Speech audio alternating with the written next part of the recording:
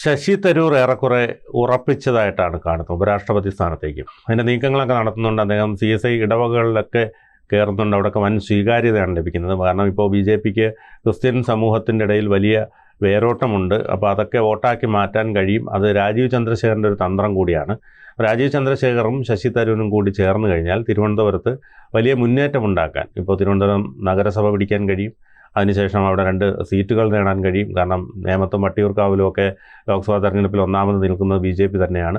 അപ്പോൾ ശക്തമായൊരു മത്സരം കാഴ്ചവെച്ചാൽ ശശി തരൂരും രാജീവ് ചന്ദ്രശേഖറും കൂടെ ഒരുമിച്ചിറങ്ങിയാൽ വലിയ നേട്ടം ഉണ്ടാക്കാൻ കഴിയുമെന്ന് BJP നേതൃത്വം കണക്ക് കൂട്ടുന്നുണ്ട്.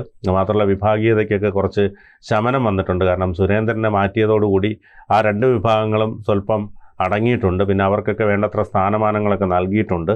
സ്വാഭാവികമായും BJP കേരളത്തിൽ വേരുറപ്പിക്കുന്നതിൻ്റെ ഒരു സൂചനയായിട്ട് ഇതിനെ കാണാം. കേരളത്തിലെ ഇതര ജില്ലകളെ താരതമ്യം ചെയ്താൽ BJPക്ക് ഏറ്റവും ശക്തമായിട്ട് വേരോട്ടമുള്ള ജില്ല യഥാർത്ഥത്തിൽ തിരുവനന്തപുരം ജില്ല തന്നെയാണ്.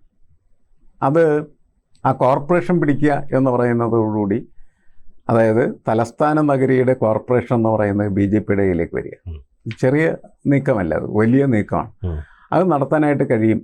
അതിന് ശശി തരൂർ എന്ന് പറയുന്ന നല്ല ഉപകരണമാണ് എന്നത് രാജീവ് ചന്ദ്രശേഖരൻ തിരിച്ചറിഞ്ഞിട്ടുണ്ട്. കാരണം തിരുവനന്തപുരത്തെ ദീർഘകാലത്തെ MP ആണ് ശശി തരൂർ. ആ ബന്ധങ്ങൾ, അതേപോലെ തന്നെ അദ്ദേഹത്തിൻ്റെ സർവ്വസ്വീകാര്യത, അത് BJPക്ക് ഉപയോഗിക്കാൻ കഴിഞ്ഞാൽ BJPക്ക് വലിയ മുന്നേറ്റം ഉണ്ടാക്കാനായിട്ട് കഴിയും. കൂടുതൽ വാർത്തകളും വിശേഷങ്ങളും നിങ്ങളിലേക്ക് എത്താൻ ABC മലയാളം സബ്സ്ക്രൈബ് ചെയ്യുക, ബെൽ ബട്ടണും അമർത്തുക.